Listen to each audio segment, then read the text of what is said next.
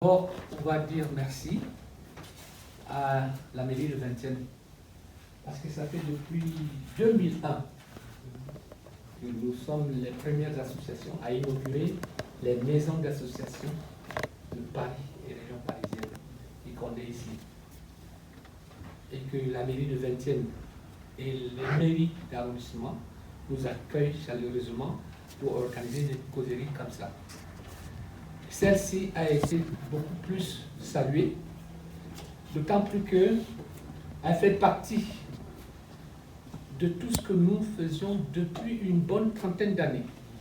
La preuve, on vous a donné à l'entrée 2 documents qui retracent un peu l'historique des objectifs de notre association, qui est donc Association internationale Culture sans frontières. Et comme vous le savez, je suis éducateur spécialisé, conseiller d'insertion, depuis plus d'une quarantaine d'années où j'ai exercé ici, en accompagnant les jeunes qui sont en difficulté d'insertion, pour les accompagner à mettre les pieds à l'étrier, dès lors qu'ils sont pris en charge par l'aide sociale à l'enfance, par le contrat jeune majeur. Le contrat jeune majeur leur donne 3 ans, au terme duquel ils doivent avoir mis les pieds à l'étrier. C'est ce que j'ai fait pendant 42 ans. Donc si le thème est arrivé là, ce n'est pas par hasard. C'est aussi parce que nos partenaires institutionnels, commençant par l'UNESCO, donc on est club de l'UNESCO, parce qu'on est d'abord club de l'UNESCO, et un de nos partenaires que vous avez trouvé, vous avez eu le compte rendu d'une journée qui a été organisée avec cet autre partenaire. J'ai cité Parole d'homme, parole de femme, sans école, sans témoin. Parce que nous sommes les témoins, que nous témoignons, n'est-ce pas, au niveau, n'est-ce pas, de lycée et collège. Ce que nous avons eu de par notre parcours, notre histoire de vie, notre parcours, pour arriver là où on est. Donc, la transmission. Donc la transmission n'est pas simplement une question d'aujourd'hui. C'est une question qui est depuis qu'on est né, qu'on est dans une grande famille. Les petits transmettent aux grands, ainsi de suite, en commençant d'abord par les parents. Voilà pour l'introduction et l'image qui se trouve donc sur la feuille est bien révélatrice de comment on l'appelle, des échanges de la causerie éducative aujourd'hui. Alors je suis d'autant plus content que les intervenants qui sont sensibles à cette question sont tous là. Je dis tous, je mets aussi les hommes avec, parce que s'il y a 100 femmes et qu'il y a un seul homme, tu vas prendre le masculin. Voilà, excusez-moi les dames, c'est comme ça. Et alors, pour vous donner un peu la suite de l'événement. Cet événement est immortalisé par la vidéo et par les photos.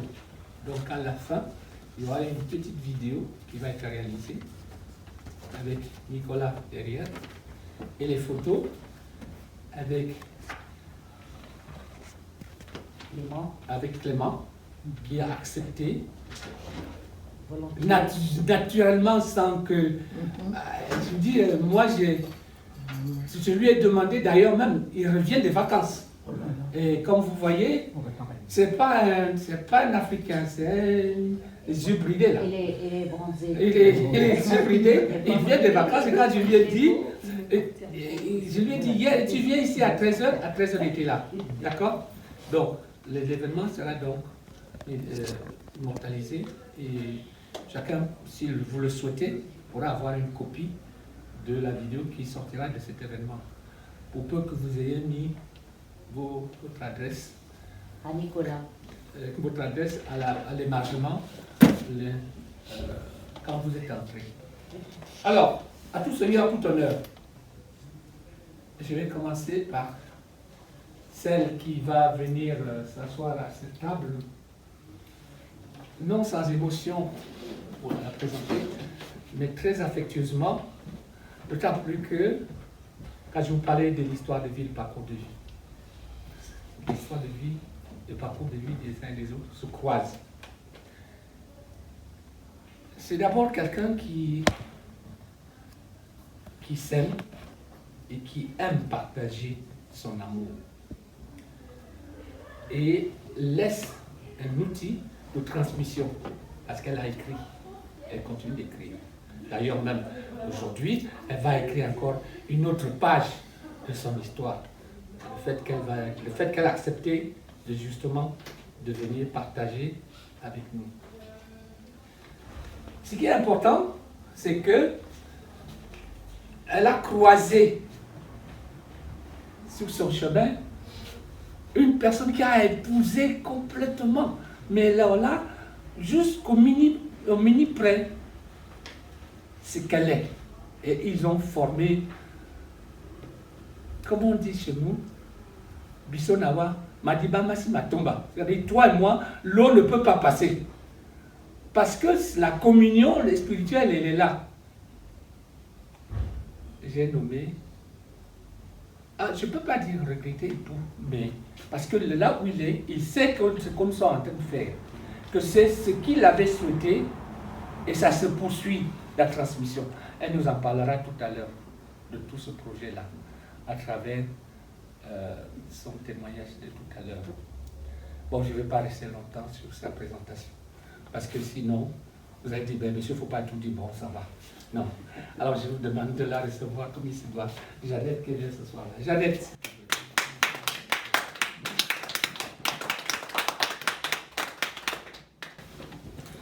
Alors, il y a une autre dame.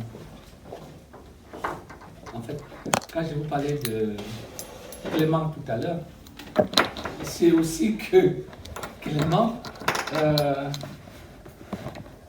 alors, j'ai comme l'impression, ou c'est moi qui le chasse, ou c'est lui qui me chasse.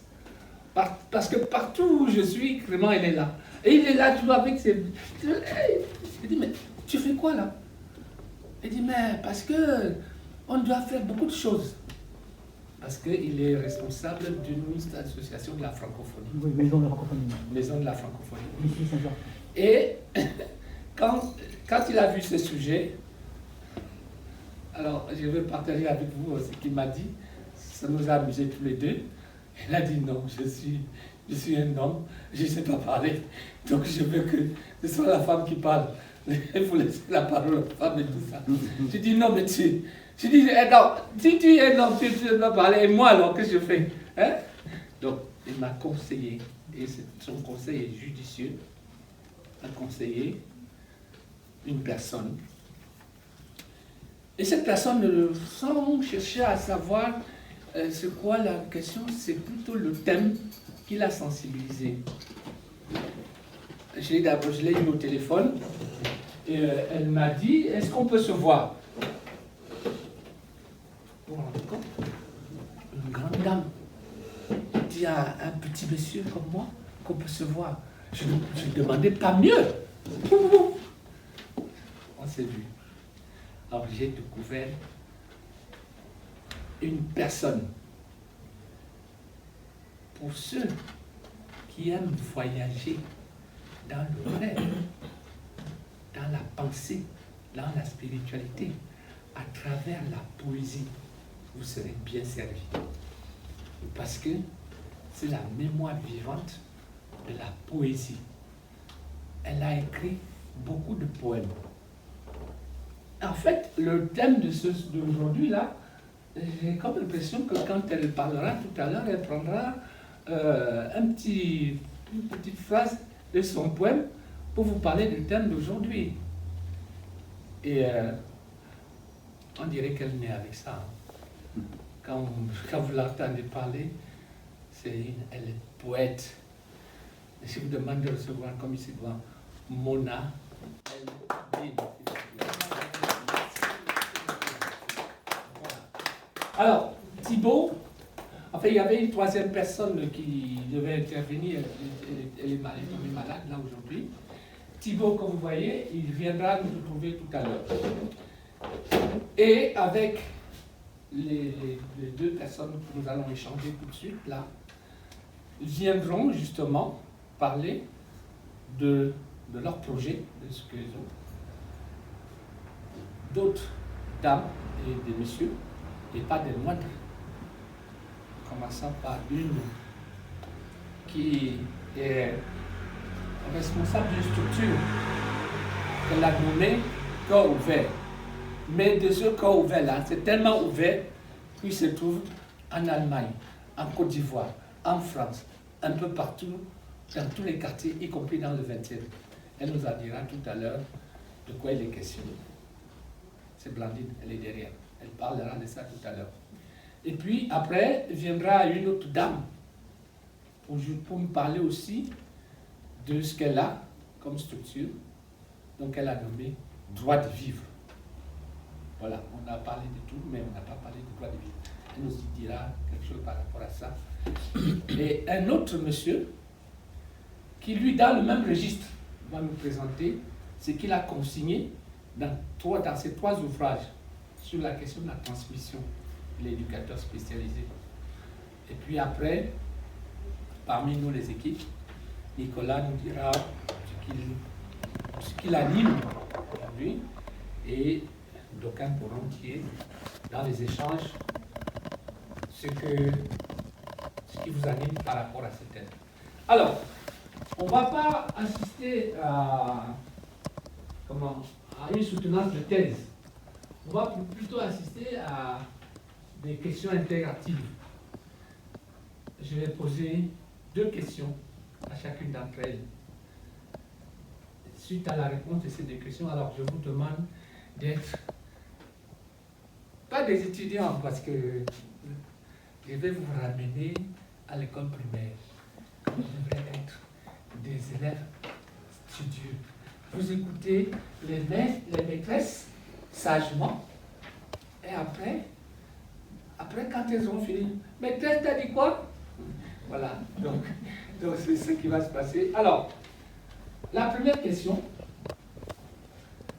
c'est vous deux, toutes les deux d'ailleurs. Jeannette, mais en fait, selon la présentation que j'ai faite de toi là, tout le monde dirait, ben, en fait, de tout ça là, qu'est-ce qu'elle a à nous dire? C'est que beaucoup d'enfants n'ont pas la chance. Et vous avez le privilège d'être ici. Donc, vous bénéficiez de l'éducation ici. Mais sachez que nous venons aussi de quelque part où il y a une autre civilisation qui n'est pas exactement la même. Donc, de ces faits, nous sommes obligés de vous inculquer le fait que, bon, de nous raconter de vous raconter nos histoires à nous, qui feront de vous les jeunes enfants bilingues, si on peut dire, de la culture de demain. D'où il est important chaque moment de notre vie que nous avons le privilège d'être avec les enfants, de les transmettre ce que nos parents nous ont transmis. Et c'est ainsi que nous pouvons garder notre culture. D'accord. Moi, je suis aussi africaine parce que l'Égypte passe par l'Afrique et l'Asie. Nous avons Alexandrie, le Suez, l'Ismaïlia, tout ça asiatique, oui. Et donc, nous avons aussi des traditions, soi-disant, très distinguées comme égyptiennes, et aussi des traditions qui viennent. Nous avons beaucoup d'Asiatiques maintenant, heureusement. Et nous avons le sud, la Nubie africaine, même couleur que l'Afrique. Et c'était la route des épices, la route de l'or, oui, où il y a le haut barrage, où il y a beaucoup de traditions, où il y a aussi le tourisme qui coûte bien sûr très cher et aussi subventionne l'État égyptien. Mais cette région, la Nubie égyptienne, il y a la Nubie soudanaise aussi. Nous étions ensemble jusqu'en 1956. Et cette région très riche. C'est presque cinquantaine de temples des pharaons. Voilà. Donc, dans notre culture quotidienne, il y a le pain, khobz, c'est copte, nous sommes coptes. Et il y a aussi le Nil. Nous avons beaucoup de traditions, par exemple le sud de l'Égypte, au moment du mariage, avant le mariage, le marié sera purifié dans le Nil. Il va sauter dans le Nil. Moi, j'ai beaucoup d'espoir et ils me disent, Mouna, tu es souriante, parce que nous avons une tradition aussi. À la naissance d'un bébé, le père prend le cordon, on dit que... et reste, le reste de bébé. Placenta. Et, Placenta. exactement, et il le jette dans le Nil. Ce que l'a fait mon père, heureusement. Et donc, tout va bien. Pour moi, tout va bien, souriante, j'aime bien l'autre aussi. Chez nous, la tradition aussi d'inviter les gens, même de la rue, en descendant le train, les gens qui n'ont pas, ça se voit, qui veulent manger et tout ça. Nous avons ces traditions-là dans d'autres pays et surtout en Europe. C'est bien sûr, et il y a des lois, à respecter. Donc, j'ai dit à mes enfants, j'ai un seul enfant de même couleur, Horus, comme le dieu égyptien. Sois gentil, sois gentleman, sois généreux. Et ce qu'il fait, et surtout avec les filles. Merci.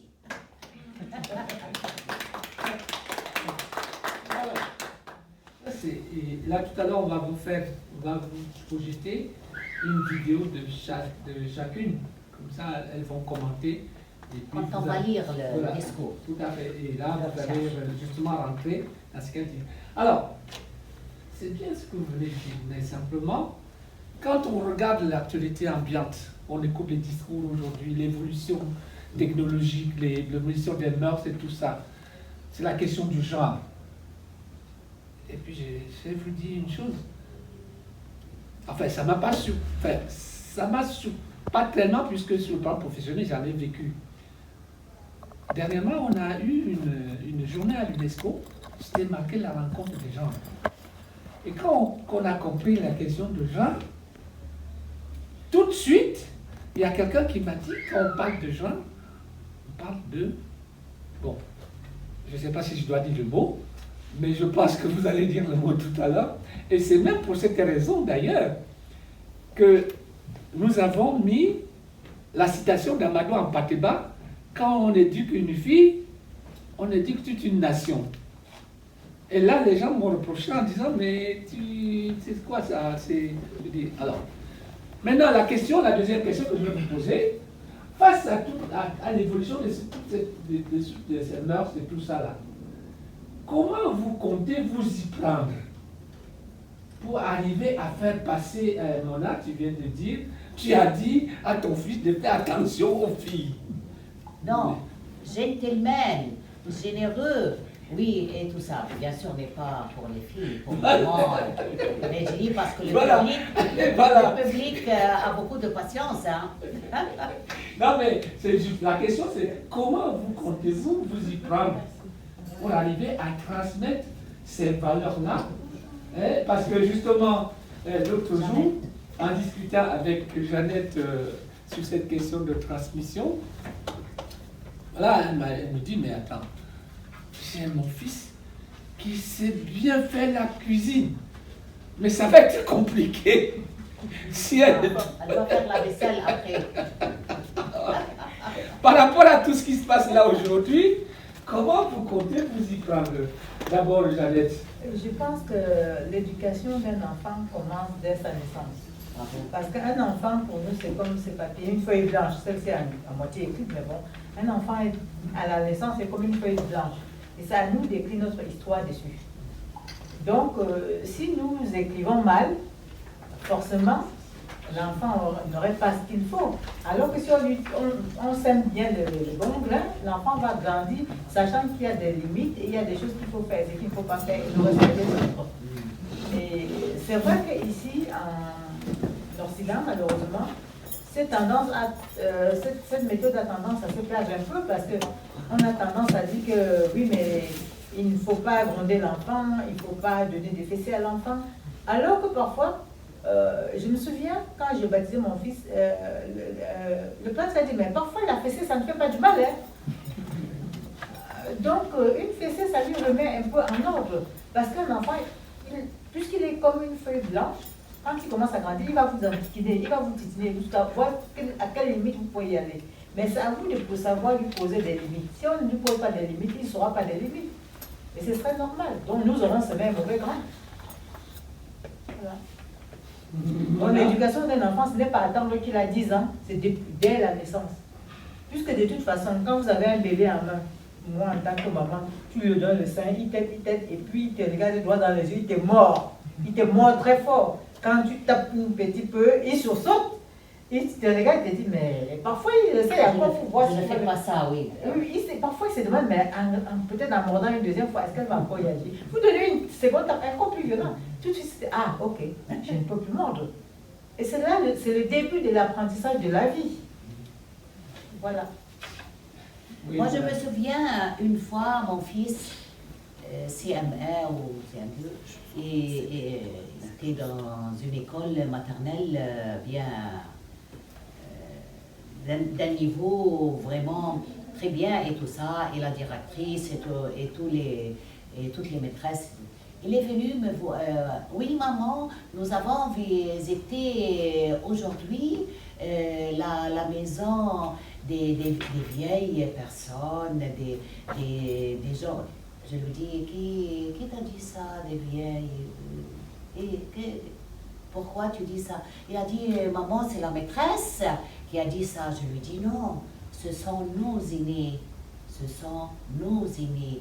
Ma grand-mère, ta grand-mère, la voisine, tout ça. Hein? Ce sont ces gens-là qui ont fait la révolution. Et nous, maintenant, nous vivons dans une ambiance plus ou moins satisfaite grâce à elle et à eux. Hein. Ils ont souffert pendant les deux guerres et j'ai commencé à lui expliquer, il ne faut pas dire ce mot-là, il faut dire toujours des mots gentils, même si la loi dit ça, comme par exemple chez nous, à Paris 5, pour la psychologie, on l'appelle les malades les sujets. Ça, je n'aime pas. Ça, je n'aime pas du tout. Les sujets.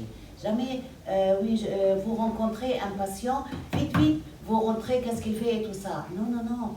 Une fois, j'ai dit à monsieur, téléphonez à votre maman. Il a besoin de ça. Il a téléphoné à sa maman. Donc, dès le début, comme a dit Jeannette, parce que Freud a dit, avant 12 ans, on donne tout à un enfant ou une fille, bien sûr, pour comprendre la vie. Comment respecter les autres. Vous, je me mets debout pour vous saluer, un sourire, tout ça. Après, c'est un peu difficile. Merci. Parfait. Alors, on va vous montrer une vidéo de Jeannette qu'elle nous amène. Et là, elle va maintenant parler d'elle, d'où elle vient et pourquoi elle a fait ça. Peut-être nous sommes sur l'écran, je pense. Non, mais... Oui, alors, mets-toi en face, comme ça tu... Messieurs, dames, bonjour. Ouais.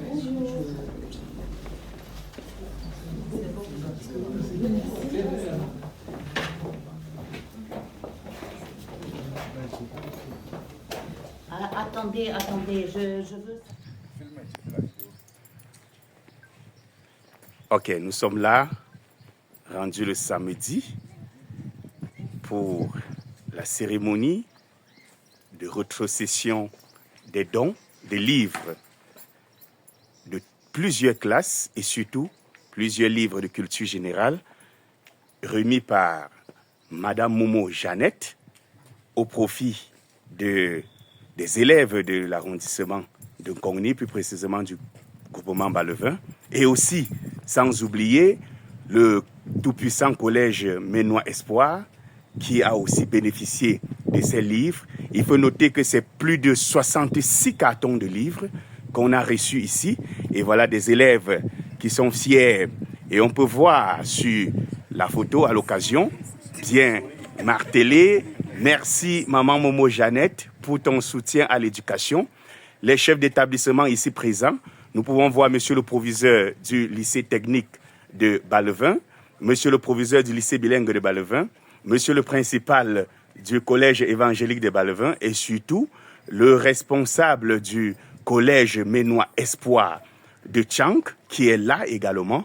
Ils disent tous merci et tout à l'heure ils vont dire un mot pour dire une fois de plus merci à madame Momo Jeannette. Et vous savez madame, en Afrique, quand on dit merci, on en demande encore. Et ils ont soufflé dans mes oreilles, madame Momo Jeannette, de les arrimer aussi à l'aide du numérique.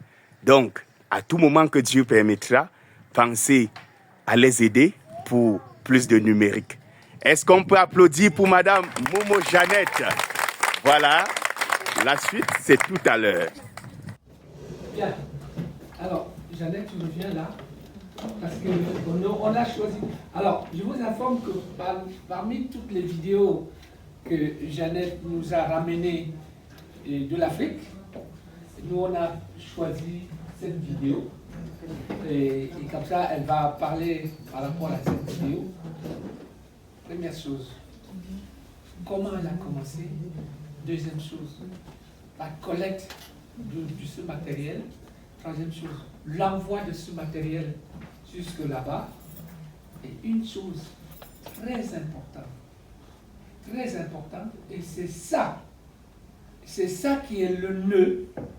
Je passe le contrôle d'un de nos administrateurs, Luc Labartrier, qui est là, qui est membre d'honneur de notre conseil d'administration, qui est là, qui en connaît quelque chose par rapport à ce travail-là. Donc, elle va nous dire comment elle a procédé pour en arriver là. Voilà la parole. Petite fille, je ne pouvais pas aller à l'école parce que ma maman n'avait pas de moyens. Et l'école était loin. Lorsque j'ai eu 7 ou 8 ans, on m'a inscrit dans une petite école très loin de chez nous. Donc, quand j'allais à cette école, je ne pouvais pas rentrer à midi à la maison manger parce que c'était très loin. D'où, à la sortie de l'école à midi, je partais chez mon tonton parce que sa petite soeur, tonton Daniel, sa petite soeur était une camarade de classe. Donc tous les midis, je restais chez eux pour manger. Et on allait au champ cultivé et puis voilà. Et ainsi de suite, on avait des difficultés pour acheter un cahier, c'était dur. Acheter un crayon, c'était dur. Et quand on allait à l'école sans crayon, on est chassé parce qu'on n'avait pas de matériel pour venir à l'école avec. Je me souviens de ces jours où je suis rentrée, j'ai rencontré mon grand frère à la maison et puis je lui ai dit, avec mes autres frères, ils m'ont dit, pourquoi tu n'es pas en classe? J'ai dit, bon, je ne suis pas en classe parce qu'on nous a chassés dans l'école parce qu'on n'avait pas de crayon. Et il m'a dit, cours vite voir ta maman avant qu'elle parte au marché. Sinon, tu n'auras pas de crayon pour aller à l'école demain. Donc j'ai couru très vite pour arriver dans la case de ma maman. Lorsque je suis arrivée, elle était déjà partie au marché. Donc je n'ai pas eu de chance d'avoir du crayon, bien que mon père a pu acheter pour les autres frères, puisque mon papa était président. Et quand ma maman est rentrée du marché, j'ai pleuré parce que je ne devais pas avoir le crayon pour aller au marché. Elle a pris le crayon de ma grande sœur, elle a divisé en deux. Elle m'a donné la partie où il n'y avait pas la gomme. Et je ne voulais pas de ça parce que je voulais aussi là où il y a la gomme. Donc je me suis battue avec ma soeur, bien que ce soit son crayon qu'on a coupé, je me suis battue avec elle parce que je voulais la partie où il y a la gomme. Finalement, elle m'a donné quand même la partie où il y avait la gomme, que je puisse aller à l'école. D'où, en grandissant, je me suis dit, quand je serai grande, je construirai un orphelinat dans mon village pour permettre à tous les autres enfants comme moi de pouvoir accéder à l'éducation. Quand j'ai eu Plus tard, j'ai eu la chance de connaître mon mari qui est venu, on s'est marié, il m'a amené ici, j'ai dit ok, enfin je veux pouvoir réaliser mon rêve. J'ai acheté un petit terrain là-bas pour construire mon école et j'en passe pour le petit détail. Cela ne s'est pas fait comme je voulais, mais la place est toujours là et je pense que bon, si Dieu me prête longue vie, j'aurai cette possibilité de construire une bibliothèque là-bas pour permettre à ces milliers d'enfants qui sont là-bas, qui n'ont pas les moyens de s'acheter un livre comme moi, de pouvoir aller là-bas au moins trouver de quoi étudier. Depuis que je suis arrivée en France, bien que je sois ici, une partie de moi est restée là-bas. Bien que je sois ici ou ailleurs, la partie la plus importante de moi est là-bas. Parce que je ne sais pas combien de seaux de gombo j'ai dû vendre au marché, combien de régimes de plantain j'ai dû vendre au marché pour pouvoir acheter un cahier ou un crayon. De ce fait, depuis que je suis arrivée ici, il y a près de 40 ans, j'essaie toujours de tout faire pour amener un petit quelque chose là-bas. Donc, l'année dernière, j'ai eu la chance que l'association Le Bouquin Volant, représenté par M. Jean-Hugues Lepointre, Mme Vasseur et Mme Myriam, m'ont donné cette opportunité d'avoir ces 66 cartons de livres, dont à peu près 3000 livres que j'ai pu enfin envoyer à ces enfants, comme vous le voyez là. Oui. Avant ça, j'envoyais tous les ans, j'essaie d'envoyer le matériel médical. Parce qu'en m'occupant des personnes âgées à Lille, je pense qu'il même peut-être par rapport à la chaleur du sud que je les ramène tout le temps dans le nord, de ce fait, chaque fois qu'il y a les fauteuils roulants, les chaises percées, tout ce qui est médicalisé, il me donne. Qui n'en veut plus, il me donne. Puis je le transfère là-bas dans le petit hôpital de mon village, qui se distribue entre eux.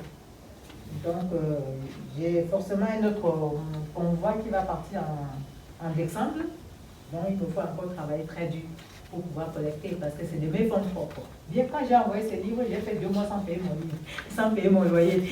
D'où j'ai eu des sommations, mais je suis arrivée à le appeler ça. Mais le plus important pour moi, c'est de voir ces enfants être heureux et que demain, un d'eux sera peut-être mieux que moi et apportera un plus aussi dans le village. Ce livre, il relate un peu ce parcours de ma jeunesse, de mon enfance. Quand il est sorti, je n'étais pas en France, mais il a été enseigné à l'université à New York et aussi à Lausanne, en Suisse. Je n'avais pas la possibilité de faire plus de publicité parce qu'à l'époque, je n'avais même pas de papier aux États-Unis, je ne peux pas sortir du territoire. J'aurais aimé avoir réuni un fonds nécessaire pour pouvoir aussi acheter ces livres, moi-même, et les envoyer dans ces écoles au village. Parce que je travaillais devant la Maison Blanche et une dame de la Maison Blanche a acheté plus de 40 exemplaires pour offrir aux gens qui ont beaucoup aimé. Tous les gens qui travaillent, les FBI qui travaillent à la Maison Blanche ont eu ces livres. Ils l'ont tellement apprécié. Mais à l'époque, je ne peux pas sortir, je ne peux pas faire publicité, je n'avais pas de papier. Voilà, donc j'aimerais qu'un jour, si Dieu me le permet, comme ils l'ont apprécié, disons que ça leur permet, c'est un parcours de combattant. Et ça leur permet non seulement de se dire que ce n'est pas parce qu'on est orphelin ou femme qu'on ne peut pas s'en sortir dans la vie. Tant qu'on veut, on peut. Il suffit juste de rencontrer de bonnes personnes au bon moment dans votre vie. La volonté. La volonté, la persévérance. Oui. Parce que même la volonté, ça ne suffit pas. Il faut persévérer. Tous les jours, c'est dit, demain sera un autre jour. D'où ces livres et d'où j'arrive à là. Et j'espère que le Tout-Puissant va me donner assez de force pour pouvoir construire cette bibliothèque et les offrir à ces enfants du village avant de partir. Voilà. Merci. Alors, l'image de Mona, et tu vas me montrer l'image de Mona. Et là, elle va nous dire, elle va nous parler de cette image. Et puis après, nous reviendrons pour qu'on puisse échanger avec elle, parce que je vous signale que Thibaut vient d'arriver. Et il viendra rejoindre, n'est-ce pas, les intervenants. Alors, l'image de Mona, s'il te plaît, Paul. Voilà. Elle est là, vas-y, voilà. Oui, Alors là, tu peux parler maintenant, Mona. oui, d'accord. J'ai préparé quelque chose directement sur la famille. Oui, voilà. Mais toute ma vie, dès 8 ans peut-être, en Égypte, j'étais au lycée français, donc on parle français. J'ai déjà écrit des poèmes, mais je les cachais parce que j'ai dit en français en Égypte, qui va accepter mon recueil et tout ça. Ici, heureusement, j'ai 3 éditeurs et j'ai édité dizaines de recueils avec recherche sur la femme dans aussi les 5 continents. J'ai aussi anthologie, nous avons 101 poètes de 5 continents. Et voilà, on va continuer pour dire que la femme aussi, ce qui arrive du sud de la Méditerranée, a aussi la volonté de faire avancer les choses. Merci et je vais dire vite pour ne pas vous gêner. Comment transmettre nos valeurs familiales à nos enfants? Le rôle des grands-parents, parents et les enfants. La famille, c'est comme les branches d'un arbre. Nous grandissons tous dans différentes directions, mais nos racines sont les mêmes.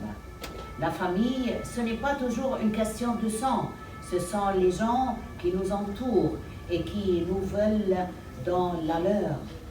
Ceux qui nous acceptent tels que nous sommes, ceux qui nous aiment, quoi qu'il arrive.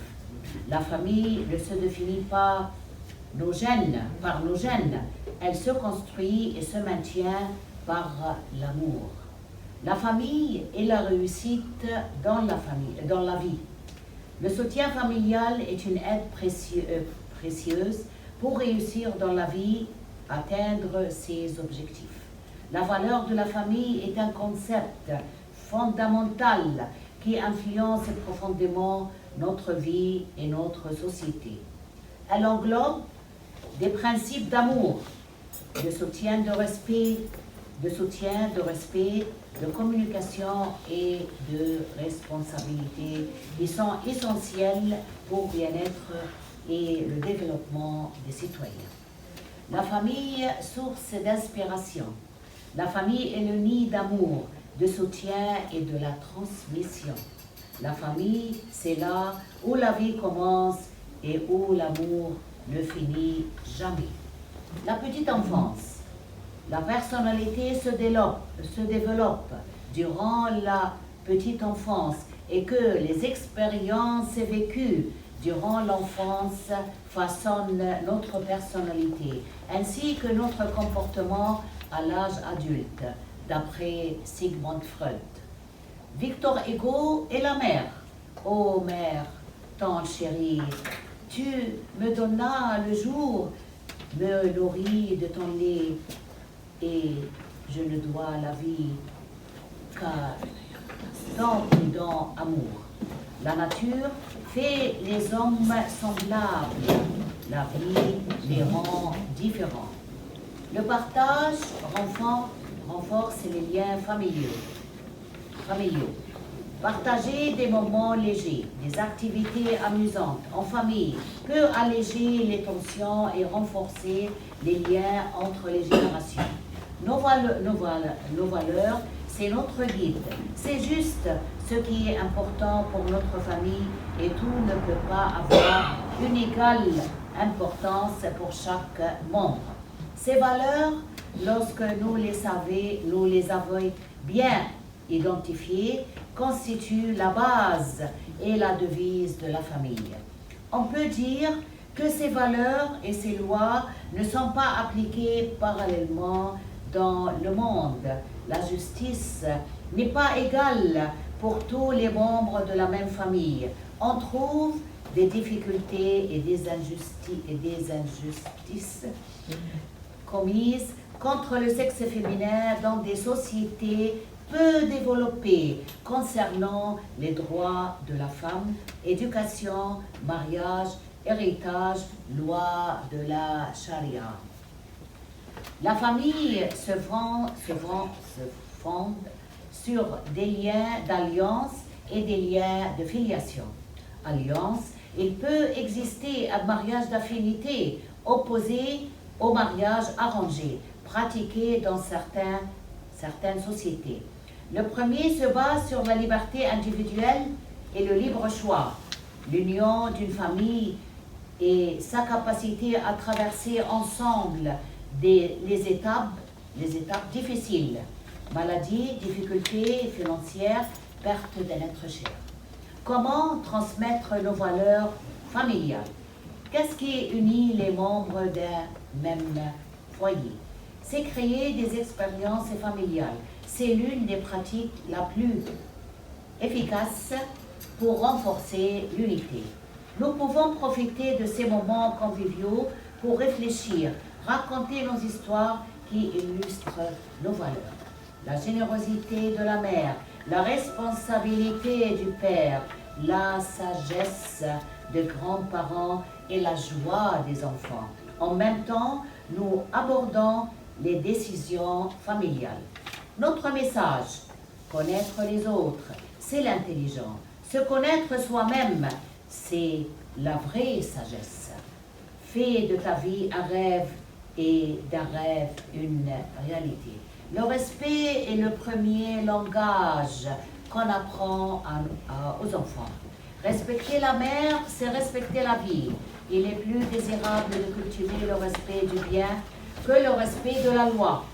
Le plus grand respect est dû à l'enfant dès la petite enfance. Apprendre aux enfants à dire des phrases pour se faire respecter des autres.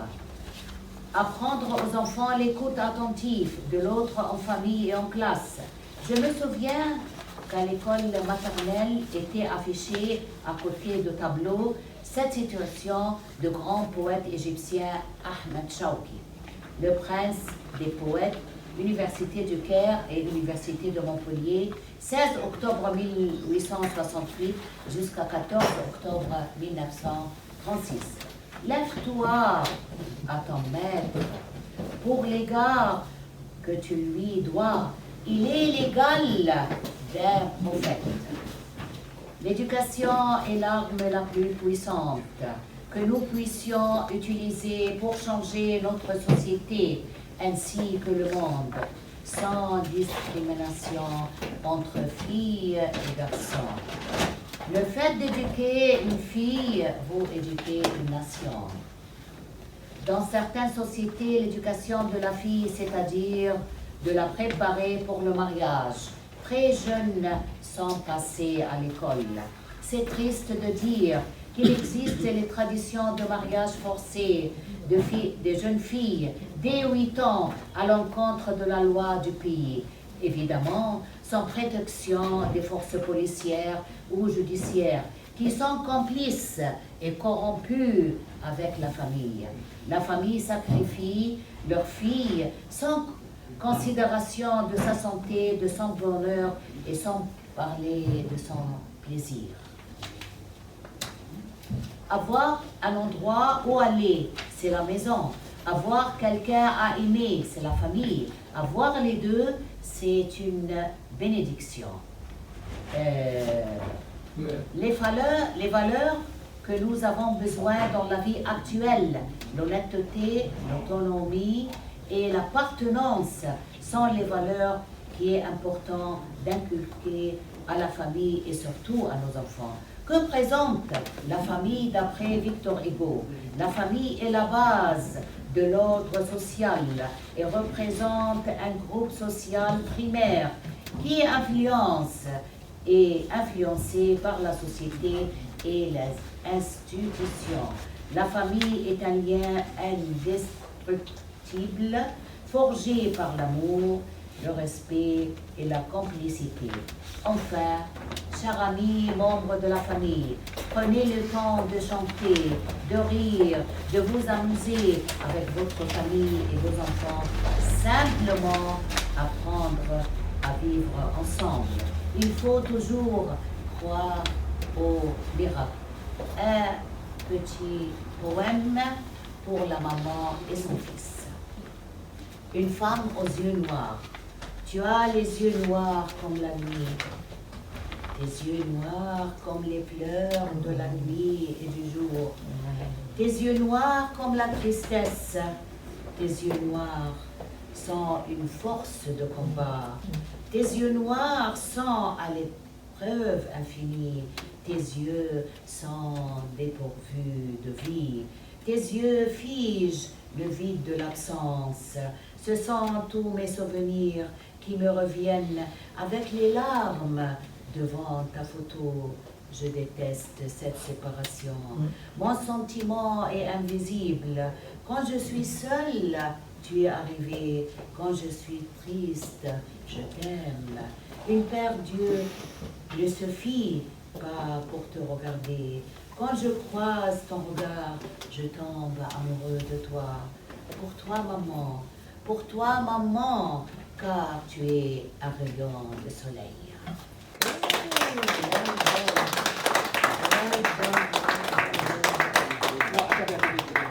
Alors là, du coup, vous ne me faites pas plaisir parce que l'autre personne qui va arriver, si vous ne commencez pas maintenant à applaudir comme il faut, la deuxième personne, je ne sais pas si vous l'allez. S'il vous plaît, Mona, s'il vous plaît.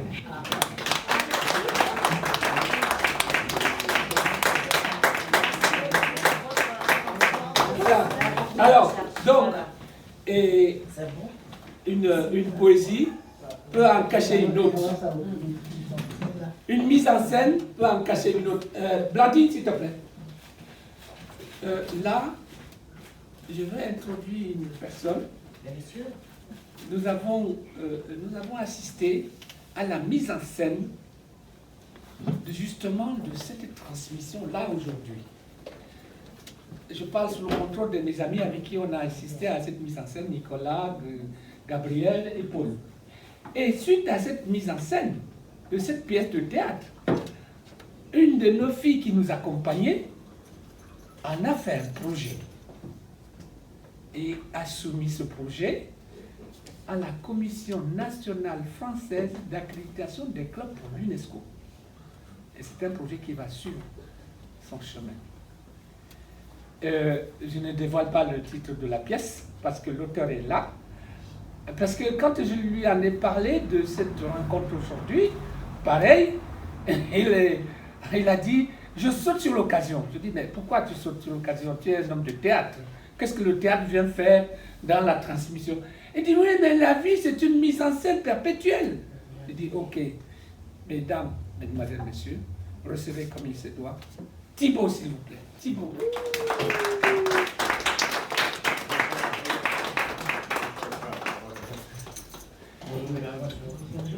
Alors, Thibaut, je vais te poser les deux questions que j'ai posées à tes collègues là. Et là, tu dois me répondre pareil. Alors, tu as 10 minutes. Hein. Waouh! Tu as 10 minutes pour me répondre. Elle a dépassé. Même pour ma thèse. Ah. Alors, Thibaut, pourquoi c'est ce thème-là sur comment transmettre nos valeurs familiales, n'est-ce pas, aux enfants? Mais c'est pas possible. Et tu as accepté quand même de venir t'exposer comme ça à ce public? Comment? Qu'est-ce qui s'est passé? Alors, en fait, c'est pas moi, hein, le responsable. Le responsable, c'est un sublime auteur tchadien qui s'appelle Neton Jenkeri, que j'ai eu la chance de rencontrer et j'ai eu la chance de le faire travailler sur un projet que je développe depuis pas mal d'années qui s'appelle Binôme. Le principe de binôme, c'est la rencontre entre un chercheur ou une chercheuse en sciences et un auteur ou une autrice de théâtre. Donc, j'organise une rencontre qui se passe à l'aveugle entre deux personnes qui ne savent rien l'une de l'autre, et à l'issue de cette rencontre qui est filmée, qui dure 50 minutes, l'auteur ou l'autrice a 1 mois et demi pour écrire une pièce d'une demi-heure pour 3 acteurs. Ensuite, je récupère la pièce et je filme la réaction du chercheur ou de la chercheuse à la découverte du texte. Ça, c'est le protocole de fabrication d'un binôme. Et ce que voit le public, et je vais après venir spécialement sur le binôme en question, on projette d'abord 12 minutes d'extrait de la pièce, puis une demi-heure de pièce donc sous forme de 12 minutes d'extrait de la rencontre, puis une demi-heure de pièce sous forme de lecture de création musicale originale, puis 3 minutes de la réaction du chercheur à la réaction à la lecture de la pièce, et une rencontre avec le public. En l'occurrence, là, la rencontre a été organisée par l'Institut de recherche pour le développement et l'Institut français, entre donc Neitonon Jenkeri, donc c'est moi qui ai organisé qui ai choisi cet auteur-là, mais il m'avait été fortement conseillé par l'Institut français du Tchad, qui m'avait donné à lire plusieurs auteurs, et une chercheuse qui est une sociologue qui s'appelle Charlotte Vampeau, dont l'objet d'étude est précisément la condition de la femme, et tout particulièrement au Tchad. Et donc, c'est évidemment à l'issue de cette conversation avec Charlotte Vampeau que Neitonon, ça a réveillé plein de ses sujets, ça les a concentrés, et il a écrit une pièce qui est bouleversante, qui s'appelle « Troublante Trinité tropicale », et donc qui est issue de cette rencontre. Et donc, moi, ce que j'ai fait, moi je suis un facilitateur, je leur ai permis de se rencontrer à ces deux-là. Après, moi j'ai mis en lecture, j'ai mis en scène cette pièce, où il y avait quand même beaucoup de pièges, parce que c'est un texte très très beau, et les textes trop beaux, c'est compliqué à mettre en scène souvent, parce qu'on peut être prisonnier de la beauté du texte. Et aussi, nous, l'équipe de Binôme, on est une équipe fixe de comédiens et comédiennes pour l'année en cours, et dans le texte, évidemment, Neitonon avait fait exister une famille tchadienne, donc avec une Mama Mosso, et avec ses 2 filles, et avec tout, voilà. Et notre distribution à nous est très très blanche, on va dire. Donc pour représenter une Mama Mosso et ses 2 filles, c'était un petit peu compliqué, et je ne pouvais pas changer la distribution parce qu'on était juste avant le Festival d'Avignon, qu'on a une même distribution pour 5 textes différents, et on joue aussi bien des enfants, s'il n'y a pas assez d'acteurs hommes, des femmes jouent des hommes, et autres et tout. Et là, en l'occurrence, les 2 sœurs et la mère ont été jouées par la distribution qu'on avait. Et j'avais besoin du coup de faire un pas de côté pour aborder tout ça et pour poser les questions de la représentation. Et je suis parti sur une mise en scène avec beaucoup de références au disco. C'était la première idée que j'ai eue et qui a très très bien fonctionné pour présenter ce texte.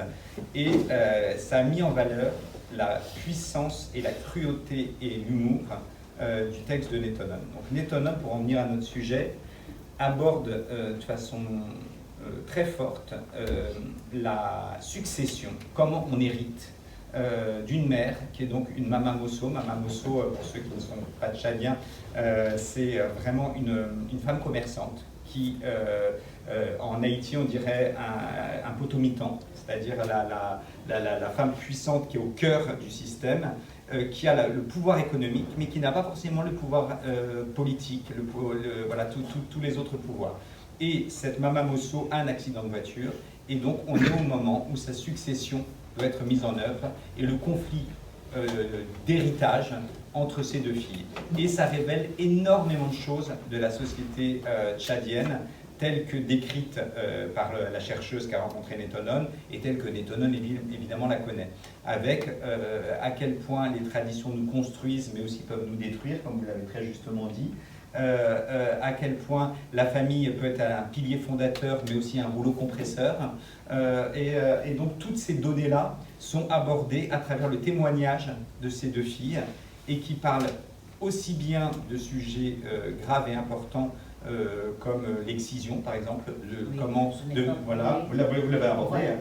Oui, de loin, voilà. Parce que je ne veux pas tristesse aujourd'hui. Voilà, mais c'est abordé là, comment on devient, entre guillemets, une femme pleine et entière suite à ce rite, ce qui est dit comme ça. Et donc, et Neitonon, avec beaucoup d'humour, dit qu'il s'agit plutôt d'une soustraction que d'une addition. Aussi, il aborde de façon très subtile, à travers le personnage du frère, la question de l'homosexualité.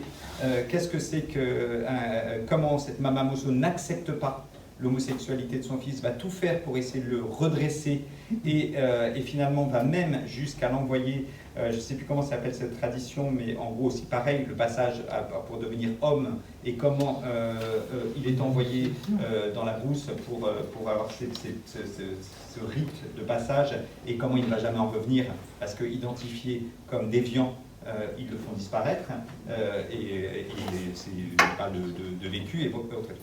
Et la folie de tout ça, c'est qu'on l'a présenté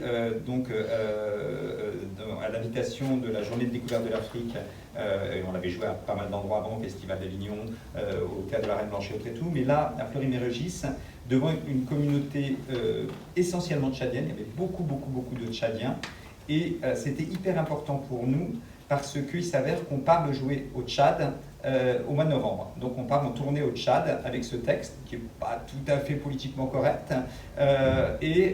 C'était très important pour nous de voir comment ces thématiques importantes et ce texte allaient être reçus par la communauté tchadienne et comment l'Institut français va nous accompagner avec ce projet.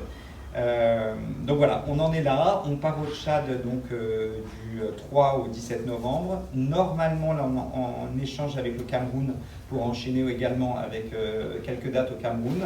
Et pour le Tchad, j'ai eu l'envie de faire intervenir aussi une actrice tchadienne, qui n'est pas encore identifiée, mais on est en train de la caster, qui va remplacer l'une des deux sœurs, et donc il va y avoir une sœur blanche et une sœur noire. Et je trouve ça hyper important de montrer que le théâtre, c'est ça aussi, c'est la représentation dans sa liberté, et comment on peut être sœurs, frères et sœurs en n'étant pas de la même couleur. Donc je trouve ça aussi un joli message qu'on adressera à cette occasion-là, et je trouve ça génial de brasser toutes ces cultures dans notre proposition théâtrale. Voilà, ce que j'ai pas dépassé les 10 minutes, moi. Alors,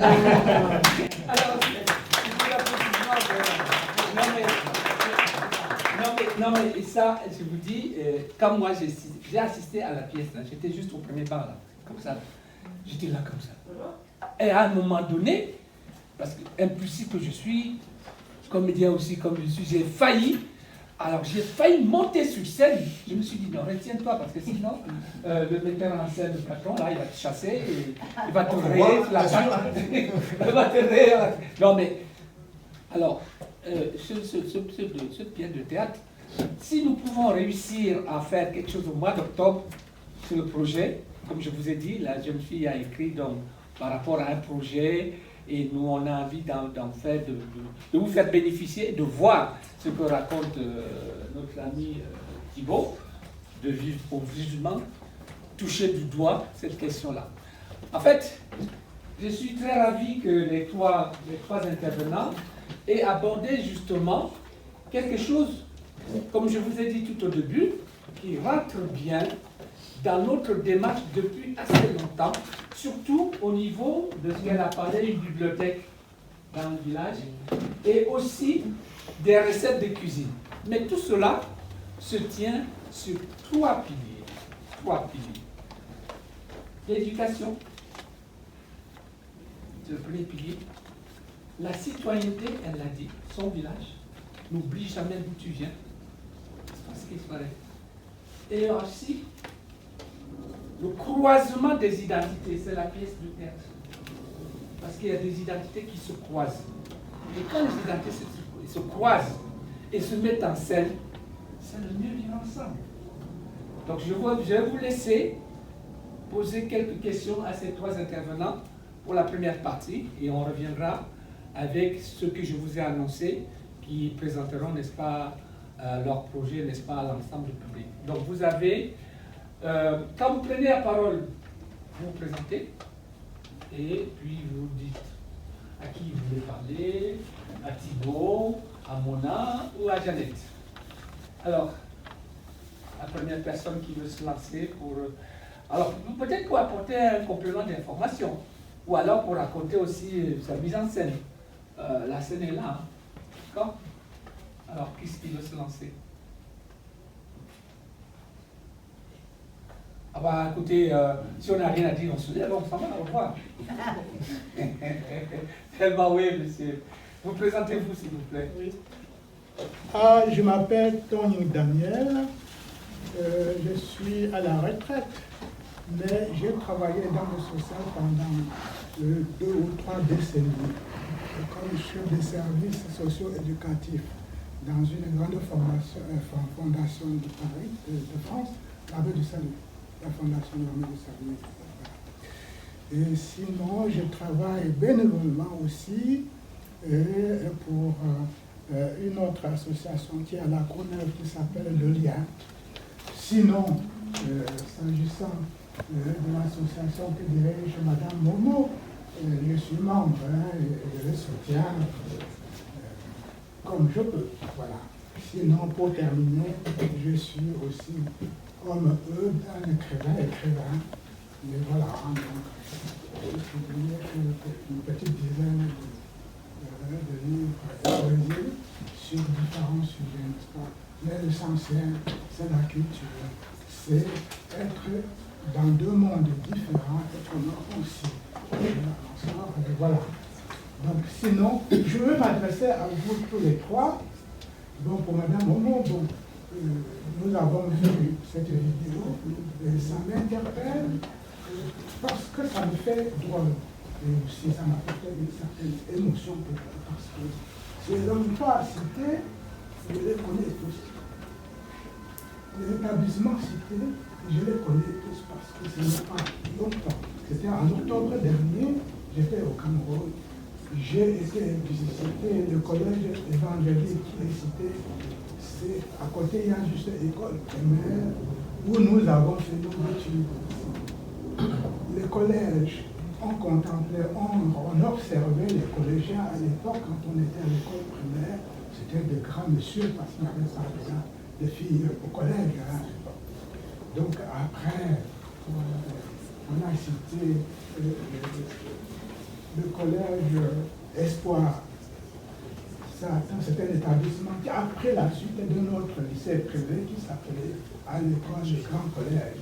Et quand j'étais visité pour voir ce que c'est devenu ce collège-là, je suis passé juste devant un collège où elle a fait ses études, le collège Albert Camus.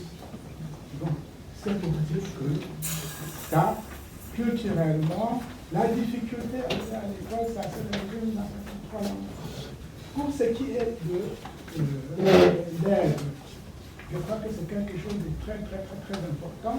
Et je dois dire que Mme Momo est là en plusieurs choses à la fois. L'éducation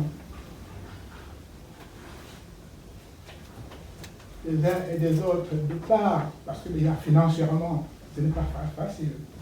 La difficulté d'aller à l'école, ce n'est pas seulement financière, mais c'est d'aller de chez soi à l'école, puisque l'école n'était pas toujours à côté de la maison. Et puis il y a aussi ce qu'elle n'a pas abordé et elle ne peut pas aborder, c'est l'aide à domicile, parce que c'est son travail de tous les jours. Hein, c'est son travail de tous les jours. Donc, voilà, je crois que dans tout cela, il y a une transmission de la culture dans notre famille. Madame Mona, ça me fait plaisir de parler à un poète. Mais ce que vous avez dit, pour moi, c'est de dire la culture. C'est de dire la culture. Et quand on a dit, c'est la porter aux autres, c'est la partager, c'est aussi l'enseigner. Je comprends le projet, monsieur, comme ça fait plaisir de savoir qu'il y a des personnes qui veulent mettre des mondes différents ensemble pour créer une certaine harmonie, pour créer une sorte de bien vivre ensemble. Parce que ce n'est pas facile d'apporter une culture aux autres.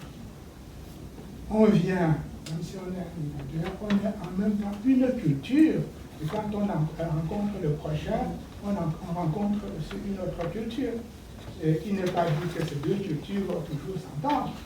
On fait le nécessaire pour que ces deux cultures se combattent, voire se mettent ensemble pour produire une autre chose, et que la culture familiale. Je pense souvent à nous autres qui venons d'ailleurs, et qu'on doit dire aux enfants d'aller à l'école, ils apprennent tellement, et puis ils nous apportent des choses à la maison, parce qu'ils nous enseignent. C'est à nous d'expliquer ici et là-bas comment nous sommes, comment nous avons été, et ce qu'ils veulent nous apprendre, parce qu'on écrit une nouvelle page avec nos enfants, avec la culture que nous rencontrons, on crée une nouvelle page. Pour revenir à tout, je me dis, pour la difficulté, comment vous, monsieur Thibault, vous vous y prenez? C'est vrai que je sais que vous allez me dire que c'est bien passé parce que ce sont des heures et des jours de travail. pour pouvoir trouver qui va faire telle chose. Mais je repose toujours la question, comment vous faites? Parce qu'il doit y avoir plusieurs manières de faire. D'abord, je ne suis pas seul. Alors, on prend plusieurs questions, comme ça on va... D'accord. Oh là là, on va s'en rappeler après. Ah non, si. Ah bon? Je vais vous rappeler, c'est vous qui rappelez. Ok. Ouais, oui, Le temps tourne. tout à fait, j'ai compris. Voilà. Je crois qu'il y a quand même d'autres personnes qui doivent poser des questions. Oui, Gabriel. Alors, je me lève. Ouais. Je pose ma question à monsieur, Thibault. Thibault. Je peux l'appeler comme ça. Alors, moi, je vais parler vraiment de l'homosexualité, parce que c'est quand même un sujet qui est très tabou en Afrique, et très dur à entendre, même en Europe. Et il est vrai que le monde a changé depuis 2013, même peut-être avant.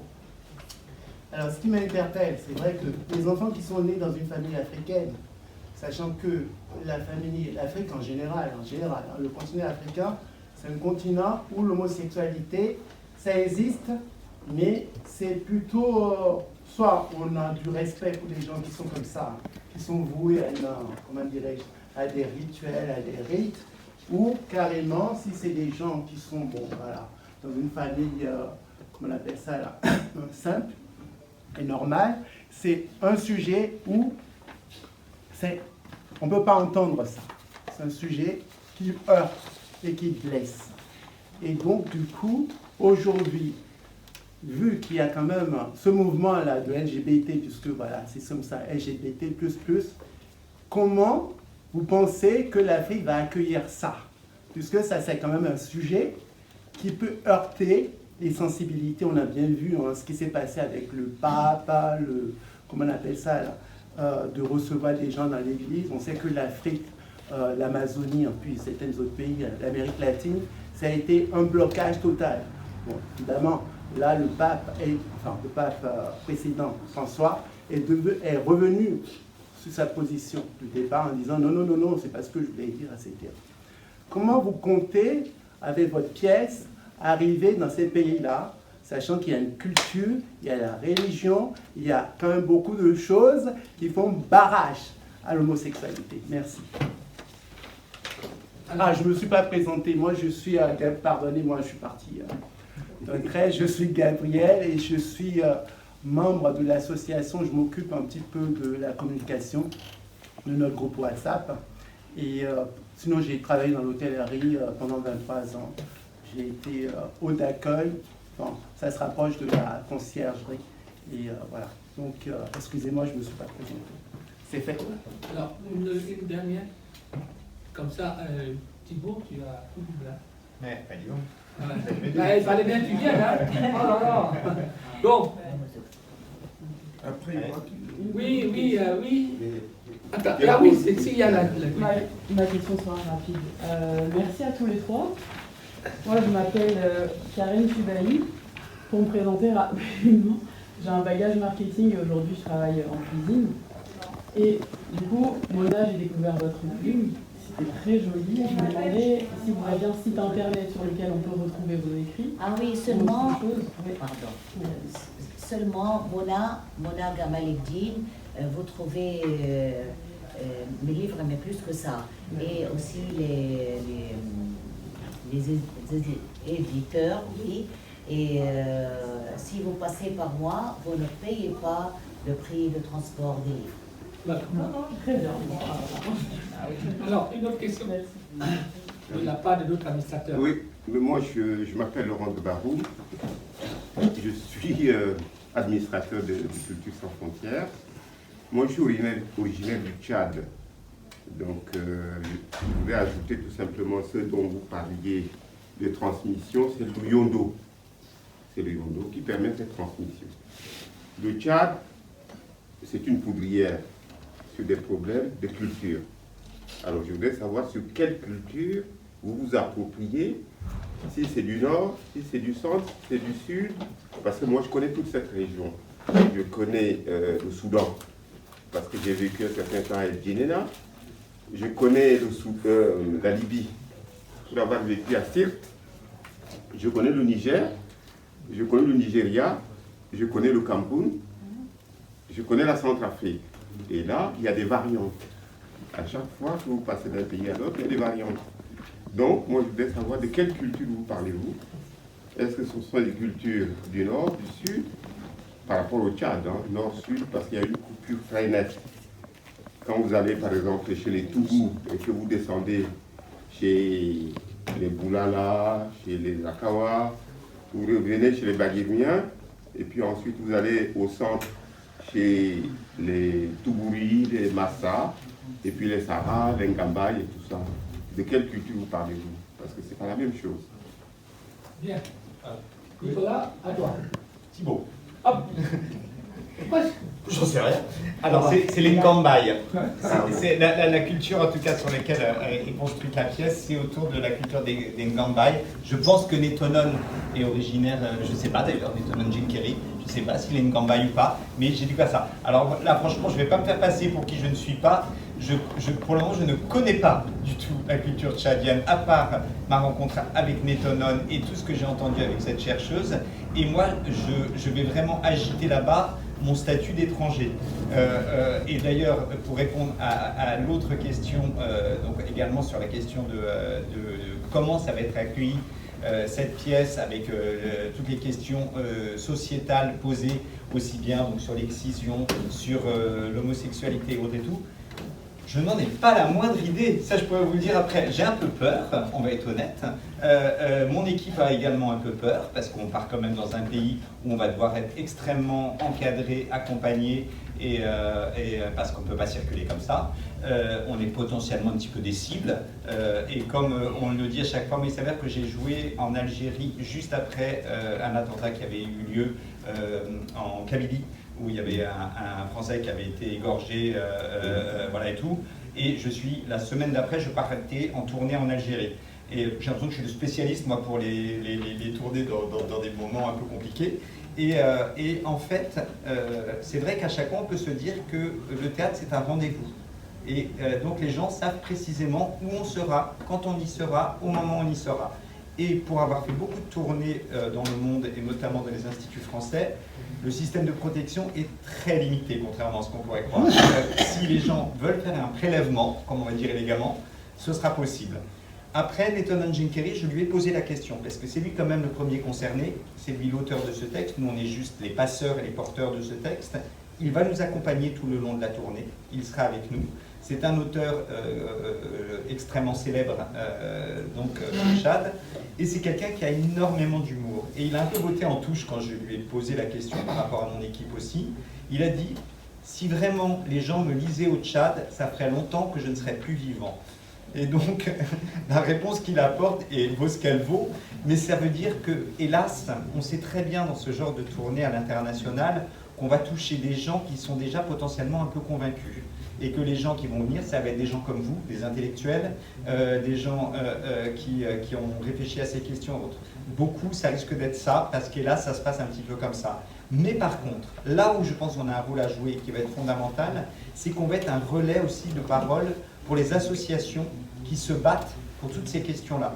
On a eu, quand on a joué, je ne sais pas si tu te rappelles, à Florine et Régis, un très beau témoignage d'une femme très engagée dans les mouvements féministes donc au Tchad, et qui, à l'issue de la représentation, a dit « Mais moi, je voudrais vous donner la nationalité tchadienne à toute l'équipe », tellement elle a été bouleversée par le message et par la façon dont c'est passé et autres et tout. Donc, je n'ai pas la prétention de faire une révolution, et ce n'est pas mon rôle, et puis je trouve que c'est toujours très compliqué de parler d'un pays d'abord qu'on ne connaît pas, de parler depuis la position d'occidental blanc, parce que je ne veux absolument pas être donneur de leçons. Je pense qu'on l'a assez été dans l'histoire et qu'on a un passé colonial qui est quand même assez violent et que ce n'est pas avec ça que j'ai envie de me présenter dans un pays. Je pense que je vais autant apprendre que je vais transmettre ou partager. La seule chose que je peux dire, c'est que j'espère et je crois qu'en ayant la volonté de transmettre ce texte et de le partager aussi bien en France qu'au Tchad ou peut-être au Cameroun et en Suisse, parce que Netonon est suisse également et autres et tout, c'est un coup d'éclairage sur des sujets qui sont très peu abordés. Et comme vous le disiez très justement, même en France, il y a encore énormément de travail là-dessus. Et donc voilà. Et pour finir, j'ai un auteur, on va jouer 2 binômes en fait là-bas au Tchad. On va jouer un binôme donc, de Netonon Jenkeri, souvent Trinité tropicale, et un autre qui s'appelle Atlantide, qui a été inspiré par une climatologue qui bosse au Tchad, qui travaille pour l'IRD, l'Institut de recherche pour le développement. Elle est paléoclimatologue, et elle a rencontré un auteur haïtien qui s'appelle Jean-René Lemoine. Et Jean-René Lemoine, quand on le questionne sur la question de l'homosexualité, notamment en Haïti, moi je connais très bien Haïti, j'ai une partie de ma famille qui vit là-bas et tout, donc c'est pour ça que j'en parle pas mal, et bien la réponse qu'il donne, et je la trouve extrêmement juste, et je pense que c'est pas forcément si différent que ça en Afrique sur ce sujet-là, il dit l'homosexualité, ça passe à partir du moment où on ne l'assume pas. Et je trouve ça terrible, mais extrêmement juste, et qu'on en est encore là dans ces pays-là, et qu'on n'est pas loin d'en être là aussi dans pas mal d'endroits en France, et que je pense que c'est ça le pas qu'il faudrait essayer de faire. Voilà. Après, honnêtement, la pièce parle de ça, mais elle parle de plein d'autres choses. Hein. C'est un sujet parmi d'autres, mais c'est ça que j'aime beaucoup dans l'écriture de Netonon Jenkeri, c'est que c'est extrêmement subtil comment il amène les sujets, et vont comprendre ceux aussi qui veulent bien comprendre. Parce que je pense que, j'ai remarqué ça, quand on a vraiment des œillères, quand on ne veut pas entendre un sujet, on peut ne pas l'entendre. Moi j'ai fait, juste pour finir, pardon je suis un peu long, moi je me venge. J'ai fait une pièce jeune public qui s'appelle Je suis vert, que j'ai coécrit. Et en fait, le personnage principal était une adolescente, et dans la pièce, de façon totalement assumée et absolument pas abordée, on indiquait qu'elle était élevée par 2 papas. Mais c'était un non-sujet. Et je pense que la façon de faire bouger aussi les repères, c'est de représenter de façon tout à fait naturelle et sans en faire un sort des phénomènes comme celui-là, comme des mères célibataires, voilà, et de ne pas forcément vouloir absolument lourdement appuyer sur le sujet, parce qu'il ne faut pas braquer les gens non plus. Et je suis très conscient que je vais dans un endroit, comme vous le disiez très justement monsieur, qui est une autre culture, et que c'est ça que je trouve passionnant. Dans tous les voyages que j'ai eu la chance de faire avec le théâtre, j'ai toujours été bouleversé par ça, et ça m'a toujours passionné.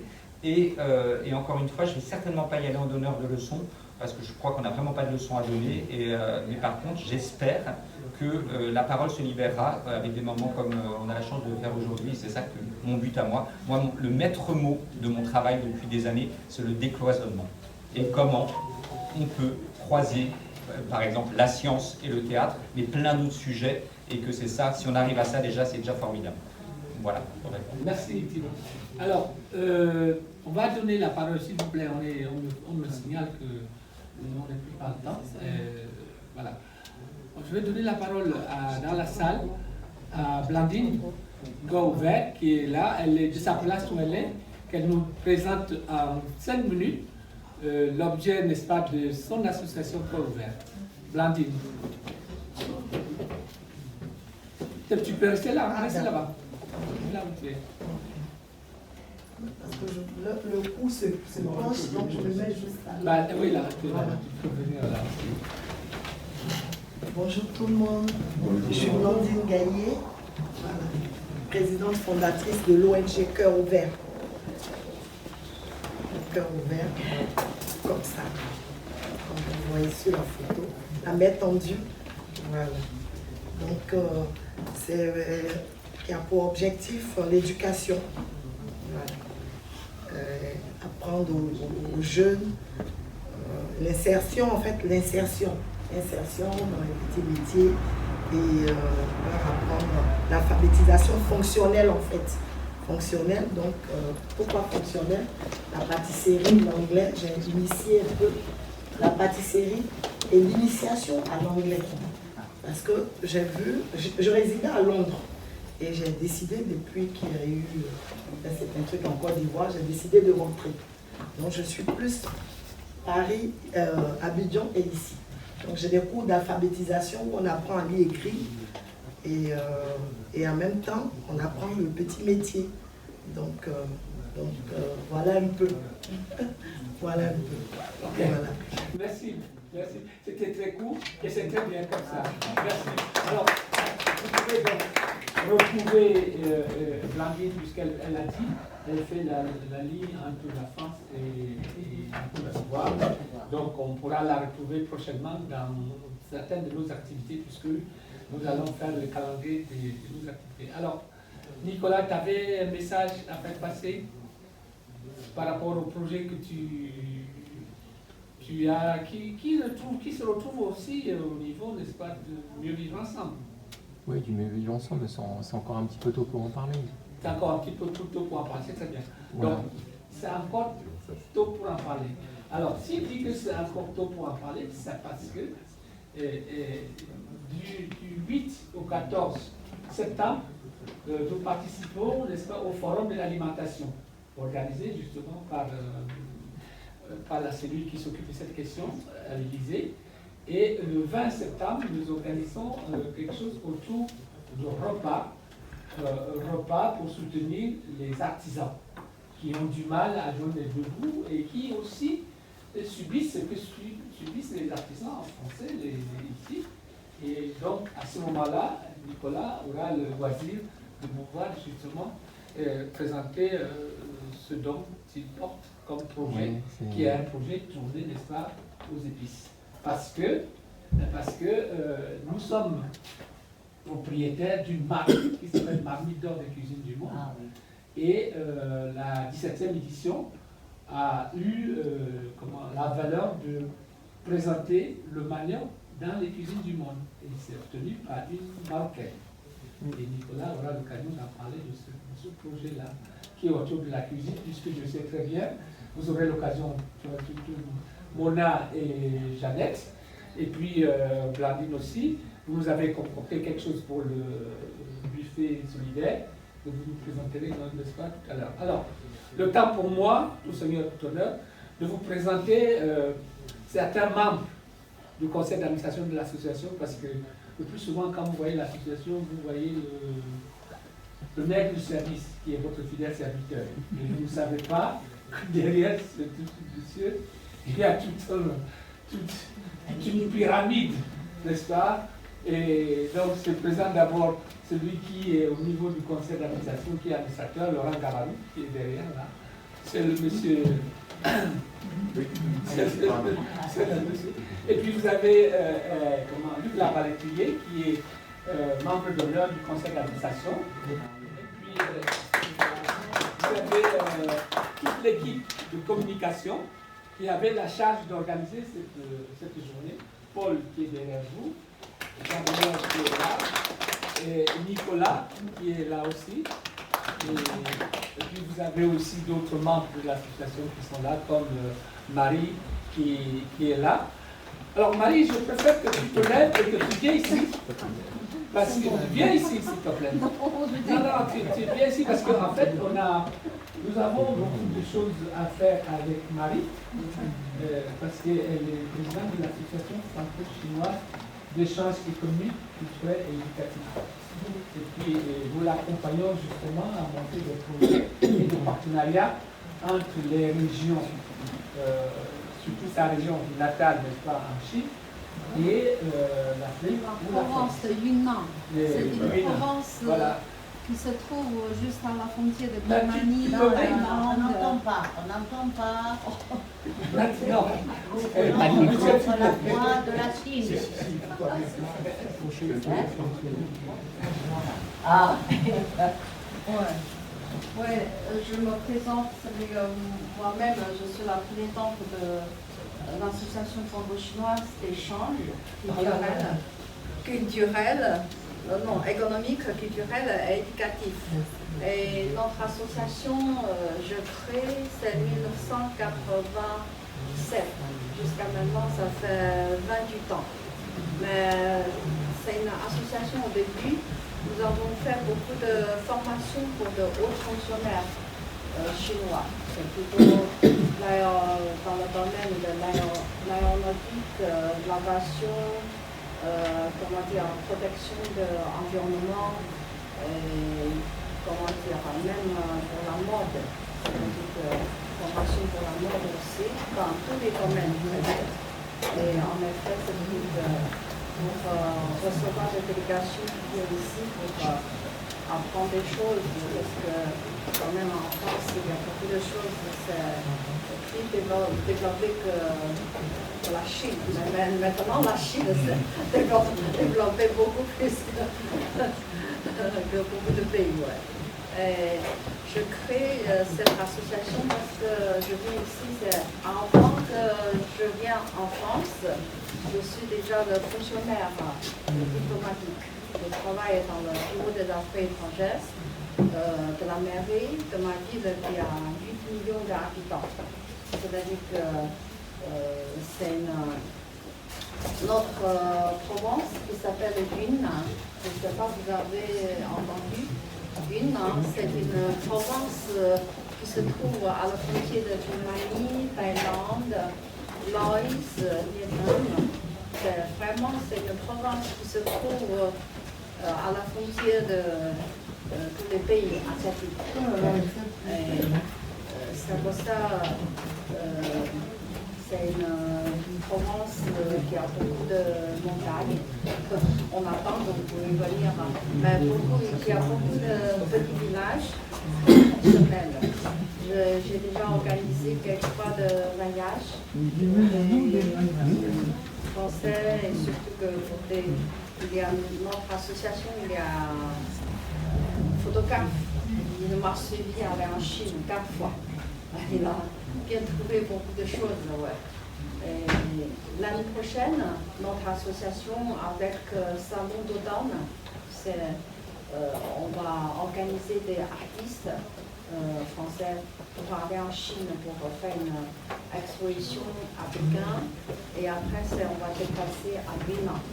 On va faire une autre exposition à Kunming, c'est la capitale de la province de Yunnan. Mais en même temps, sauf l'artiste français, pour le tourisme, bienvenue. Pour le tourisme français, si vous voulez, c'est bienvenu aussi. Ouais. Et notre association, c'est-à-dire que depuis 2014, c'est-à-dire que c'est de plus en plus d'artistes chinois qui nous demandaient pour organiser des expositions. Parce qu'avant, nous avons fait beaucoup d'expositions pour les enfants. Mais après, beaucoup d'artistes chinois qui nous demandaient pour organiser des adultes. Et après, c'est notre association de plus en plus organisée beaucoup de expositions, surtout expositions dans le grand salon, comme un salon de Louvre, qui s'appelle Art Shopping. Celui-là, nous avons déjà organisé 7 fois. Et cette année, en octobre, c'est la 8e fois qu'on a organisé des grandes expositions dans le Art Shopping.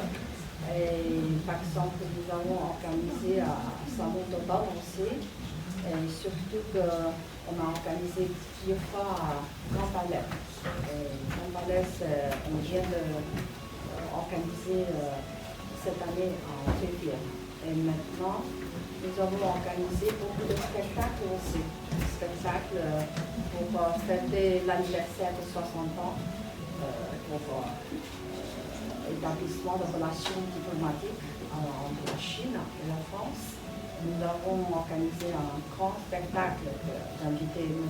Faubat, qui a déjà fait un discours sur notre événement. Et après, nous avons maintenant organisé beaucoup de concerts aussi. Ouais. Peut-être soit à la fin de cette année, soit que c'est l'année prochaine, on va encore organiser des concerts pour la paix. Et celui-là, c'est l'association de M. Faubat, mais maintenant je suis la membre de cette association aussi. Et on a organisé ensemble. Et cette année, en octobre, 17 jusqu'à 19 octobre, on va organiser une exposition pour la paix. Après, avec cette exposition, on va participer le grand salon de Art Shopping à Louvre. Et après, vous êtes bienvenus. Merci beaucoup. Merci, Alors, je vous avais juste, je dis quelque chose. Non, voilà. Je vous avais donné le programme pour parler qu'il y a beaucoup de dames qui devraient intervenir.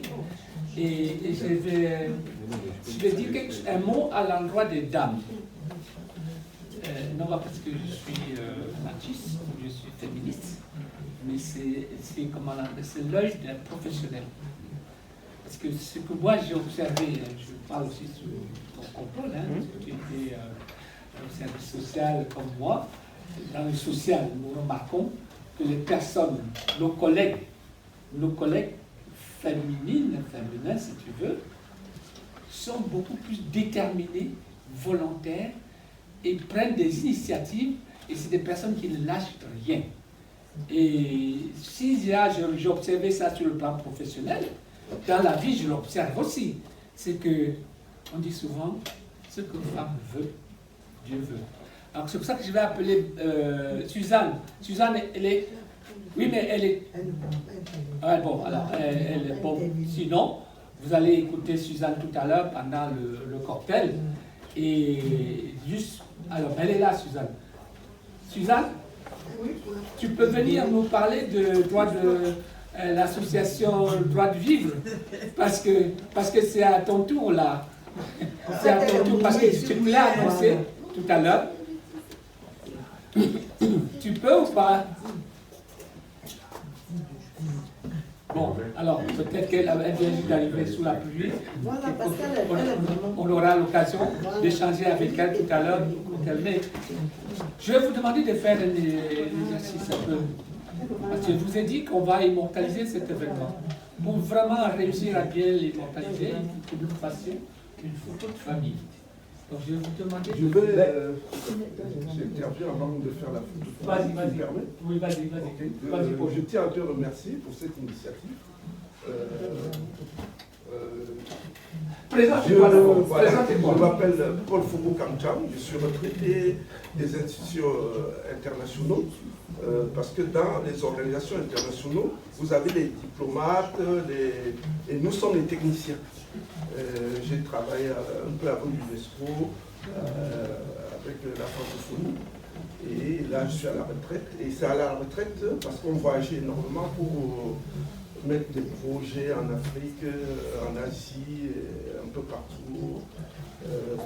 Et c'est à la retraite que j'ai découvert les associations. On travaille avec les associations, mais c'est à la retraite que je suis allé me former à l'école de projet à 60 ans. Je suis allé encore à l'école pour savoir comment les choses se passent, etc. Et je connais Robert depuis qu'il est arrivé en France. Et à un moment donné, presque 20 ans, on ne s'est pas vu, mais je voyais comment ça fonctionnait la Marine d'Or. Maintenant, bon, je suis actuellement membre de l'Association internationale Culture sans frontières. Et ce thème m'a beaucoup plu parce que ma femme est française. Elle était française, elle est décédée personnellement. Et j'ai des enfants mixtes. Et dans cette causerie, j'avais préparé un petit PowerPoint. Et sur le 9e slide, je parlais des valeurs des couples mixtes, qu'on n'a pas parlé ici.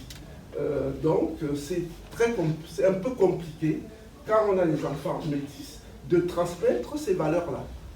Et je vois que les personnes sont âgées ici. Je pensais trouver des jeunes pour transmettre ce qu'on a connu. Moi, je suis né en brousse, au village, donc je n'ai pas vécu en ville. Non, je suis de photo. Je suis de photo. Je suis né au village et en brousse. J'ai presque pas connu la vie. Parce que, bon, les parents, j'étais le dernier, et on ne voulait pas m'envoyer à faire des études à Douala et Yaoundé et tout ça.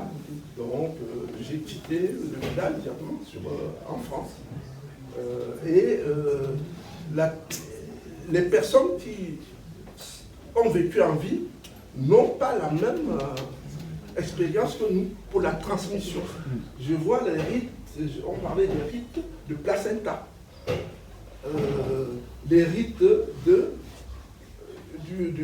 la coupe du cordon ombilical. Ce sont des rites d'excision. Il y a l'excision et puis le troisième, c'est la circoncision. Voilà ces rites-là. Comment transmettre tout ça aux enfants qui sont nés ici? Et en plus, les enfants de couples mixtes. Moi, j'ai réussi quand même à transmettre avec beaucoup de difficultés. Donc, c'était mon témoignage pour cette causerie, pour savoir que, bon, on transmet de famille à enfant, mais savoir que les enfants, ici, il y a la cohabitation entre des couples mixtes, arabes, français, etc. Donc, cette transmission aussi, il y a des difficultés aussi pour transmettre nos valeurs à des personnes. On y arrive. Bon, mais c'était juste mon témoignage, voilà. Merci beaucoup. Merci. Vas-y. Excusez-moi. Voilà, oui, ça fait une bonne vingtaine d'années que je connais Robert, qui m'a embauché dans la dynamique de culture sur le concert. Je dis bien embauché. Vous avez ri, mais avec un titre comme ça, on est obligé de travailler. Donc c'est une embauche. Et je regrette pas ces 20 ans. J'ai appris beaucoup sur le Cameroun, et j'ai appris beaucoup sur beaucoup de choses. Et particulièrement, dans le cadre de la marmite, j'ai appris aussi justement comment, à travers la cuisine, on se rapproche, on se connaît, on apprend à se connaître. Alors que parfois, il n'y a pas d'occasion de se rencontrer. Et le repas reste un vecteur de rencontre. Et ce n'est pas le sujet sur lequel je voulais vous parler. Je voudrais vous parler 5 minutes de Jeannette Momo. Jeannette Momo, je la connais aussi depuis une bonne dizaine d'années. Jeannette Momo vous a présenté une bibliothèque. Vous a présenté un travail énorme. Vous a parlé des difficultés de sa jeunesse, de sa famille, des choses abominables qui se sont passées au sein de sa famille. Mais elle ne vous a sans doute pas beaucoup parlé du travail qu'elle fait à Lille. Ça fait des années que Jeannette Momo s'occupe des personnes âgées et malades à Lille. Les aides à domicile, les infirmières à domicile, les aides-soignantes au chevet des patients.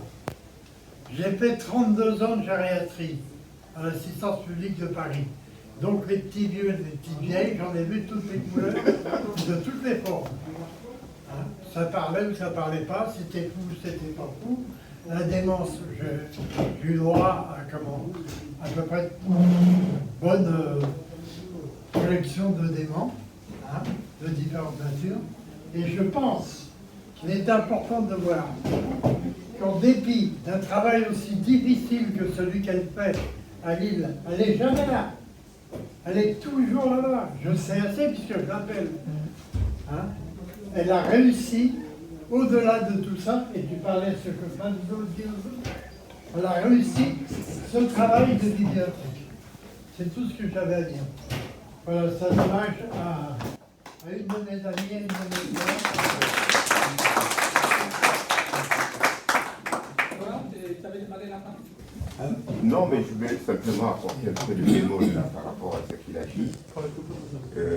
Monsieur, oui, monsieur Foucault. Paul, parce que le problème de cohabitation ou d'éducation des enfants, ce n'est pas forcément des problèmes de couple mixte. Même en Afrique, hein, ou même parfois dans un même pays, vous rencontrez les mêmes problèmes si vous avez quelqu'un qui est d'une autre ethnie ou d'un groupe. Voilà, donc ce sont les problèmes qu'on rencontre partout. moi je vis dans un environnement où il y a des couples mixtes avec des Américains, des enfants qui sont nés aux États-Unis, des enfants qui sont nés en Italie, des enfants qui sont nés en Allemagne. Ça n'a posé aucun problème. Tout dépend de l'environnement. Tout dépend de l'environnement. C'est ce que vous voulez faire passer comme éducation, comme avenir pour votre enfant. Parce qu'il y a des traditions. Moi, je suis fils d'un chef. Nous sommes les gardiens de la tradition. Et qu'est-ce qui s'est passé? Mon père a eu l'occasion de voyager en France à la fin de la 4e République agonisante. Il a été reçu par le président de l'époque qui s'appelle René Coty et qui lui a demandé de mettre les enfants à l'école. Et malgré tout, notre père nous a mis à l'école. Et le problème culturel ne s'est plus posé. Parce qu'on s'est ouvert automatiquement à travers le savoir, à travers, on apprend Voltaire, on apprend Rousseau, on apprend comme tout le monde. Donc on a une structure de pensée qui est la même. Donc à partir de ce moment, ça ne pose aucun problème. Et nous sommes des catholiques. Donc catholiques, moi quand je vais à Rome, quand je rencontre d'autres catholiques, on pense la même chose. C'est ça, les valeurs. Les valeurs, on les tient là. Ce n'est pas forcément la couleur de peau ou l'origine. Oui, monsieur. Le monsieur a la parole. Oui, Paul. Moi, je m'appelle monsieur Magno, Emmanuel. Je suis très content de venir à cette rencontre, surtout sur l'invitation de Madame Momo. Je vous assure que j'ai écouté. Et le thème m'a intéressé. Le thème m'a intéressé. Et c'est ça qui m'a fait venir. J'ai trouvé que, franchement, mon cher, c'est très bien fait, mais il y a beaucoup à dire. Regardez, tout ce que tu as invité, ils n'ont même pas parlé. Et ça bouillonne en moi, là. Parce que je pense qu'il faut sortir de moi, chacun veut sortir, mais je ne sais même pas par quel bout il faut commencer. Et je ne peux même pas commencer parce qu'il n'y a pas beaucoup de temps. Et moi, ce que je te conseille avec les autres, c'est beaucoup plus de refaire, peut-être revenir sur ces problèmes. Et le thème lui-même, le thème lui-même est très intéressant. Les valeurs familiales, comment éduquer nos enfants, valeurs familiales, et à nos enfants, comment la transmission peut-elle se faire facilement. Pour moi, c'est ça qui m'a beaucoup plus intéressé. On n'a pas eu le temps. Et le témoignage de Momo, c'est très beau, puisque moi, je vous assure, je la connais petite, pas petite, j'ai commencé à avoir les enfants. C'est ma fille, ici, avec son mari. Et j'ai travaillé avec elle, avec Momo, pour l'association de bienveillance service dans le 15e, où on a beaucoup plus travaillé. Moi, je suis resté là-dedans, puisque après, j'ai fait beaucoup de choses. Mais moi, je pense qu'il faut refaire ces trucs-là. Est-ce que la question que je me pose, les valeurs familiales, comment transmettre? Est-ce que nous pouvons vraiment le faire sans les enfants, sans nous mettre le doigt dans le trou même? Ça ne peut pas comme ça. Franchement, alors avec mon cher Thibault et ma chère Mona, c'est très beau, mais chaque chose doit avoir vraiment une place. Moi, je voulais que pour les enfants, je me demande, est-ce que c'est un moteur ou un frein de développement? Non, mais je ne soulève pas beaucoup plus de trucs. Parce que moi, je suis rentré beaucoup plus après eux. J'ai fait beaucoup plus sur la psychologie, sur les services. Mais je soulève tout simplement que vraiment, Moi, je suis intéressé, je suis aussi sociologue, psychologue, et puis beaucoup de choses après, mais beaucoup plus, j'en ai beaucoup plus fait.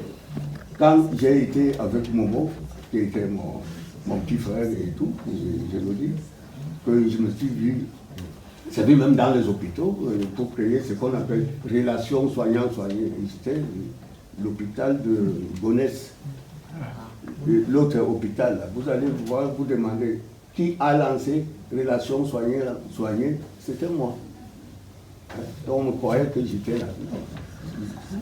C'est à partir de ce que j'ai eu de Momo, j'ai développé quand je suis parti en faisant du bois et des autres comme ça.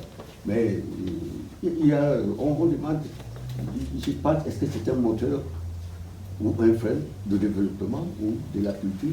Un point, parce que ça, c'est très intéressant pour le malade comme pour les autres. Bon, je m'excuse. D'accord, alors, merci Paul. Attends, on n'est plus pas le temps. Je m'excuse. Ah non, ça va. Je m'excuse, on n'est plus pas le temps. Alors, attendez. Juste, je vais donner une dernière parole parce que comme on n'est plus pas le temps. Alors, cher ami, tu voulais vas-y. Oui, tu te présentes. Oui, bonjour, je suis Angébert Dumaga. J'ai été invité par Robert. Et là, donc, le thème également m'a beaucoup fasciné, comme a dit le monsieur. Et j'ai dit bravo aux initiateurs. Parce que nous qui sommes en France, on a beaucoup de difficultés par rapport à nos enfants. Et j'ai connu Robert également. Ça fait pas longtemps, c'est récemment. Il a dit qu'il a participé à l'aide pour l'éducation de ma propre fille. J'ai connu ça il y a quelques jours. Donc, j'ai dit si on peut, au fur et à mesure, améliorer les thèmes de ce genre, ce serait très intéressant. Et on pourra inviter aussi nos enfants, nos petits-enfants, qui viennent assister, parce que l'éducation des enfants, Afrique, la France, c'est très compliqué, surtout quand nos enfants sont nés ici. Vous ne pouvez pas leur parler la tradition africaine. Ils nous disent non, ce n'est pas comme ça. Ils sont prêts à vous amener à la police. Il y a un enfant qui m'a menacé une fois en disant « Je vais aller voir la police parce que tu m'as tapé. » Ah bon, tu vas aller voir la police? Bon, ok. Donc, puisqu'il en est ainsi, si tu vas voir la police, si la police un jour vient ici chez moi, je vais te prendre, j'enlève ma ceinture, je te gonfle les fesses devant les policiers. Alors, depuis ce jour-là, donc, c'est calmé. Donc, je me suis pas présenté, donc je suis Angébert Dumaga, donc je suis également le président d'une association et j'ai des idées qui rejoignent à celles de Madame Momo sur tout ce qu'elle est en train de faire au Cameroun, parce que nous également, on a mis une association en place qui s'appelle ARS. Donc dans Eloasso, vous allez retrouver. Donc l'association, quel est le but de l'association et pourquoi on l'a créée? L'association est spécialisée. Je n'ai pas l'habitude, c'est la première fois que je présente l'association parce que c'est la directrice de projet qui s'en occupe. Donc c'est la première fois que je vous présente l'association. Donc l'association est spécialisée dans le développement durable de proximité des villages les plus démunis, abandonnés par l'État. Elle est nouvelle. Elle a été créée en janvier 2024, ça fait un an. Mais nous avons déjà fait beaucoup de choses. Donc on est spécialisé beaucoup dans, c'est-à-dire on développe les villages les plus démunis, mais en priorisant l'agriculture et l'élevage. Et pourquoi? Parce que certains membres de l'association ont mis déjà à notre disposition 7 hectares pour pouvoir développer l'agriculture sur place au Cameroun. Et ici en Bourgogne plus particulièrement à Clancy, dans le 58, il y a également un terrain qui a été mis en place pour l'association. Et nous faisons l'expérimentation niveau de l'agriculture, on ramène les plantes tropicales du Cameroun, les vergers et les légumes. Et au niveau de la Bourgogne, on essaie de faire l'expérience. C'est-à-dire qu'on a un jardin d'expérimentation d'essai de plantes tropicaux en France. Et on a commencé par des gompos, des ignames, et ça marche. Donc l'objectif c'est quoi? Nous on a mis l'association en priorisant, en disant, c'est-à-dire pour sensibiliser les jeunes qui sont au Cameroun en leur disant ça ne vaut pas la peine d'une expatriation, toujours de réelle expatriation vers l'Europe, vers l'Occident. Sur place, il y a beaucoup à faire. Il y a beaucoup à faire en ce sens que on constate qu'il y a des parents qui sont décédés. Des parents qui sont décédés avec des terrains abandonnés, laissés aux enfants, que les enfants abandonnés et ils veulent venir en Europe. Nous, on les sensibilise, on a mis une équipe en place de 13 personnes qui sensibilisent les jeunes en disant ce n'est pas la peine de rêver toujours d'aller en Europe, d'aller mourir dans l'océan, alors que vous avez tout sur place pour pouvoir vraiment vivre correctement comme il se doit. D'accord. Merci beaucoup. Merci. Alors, c'est vrai, on est pris par le temps. Encore une fois de plus, je vous demande de m'en excuser.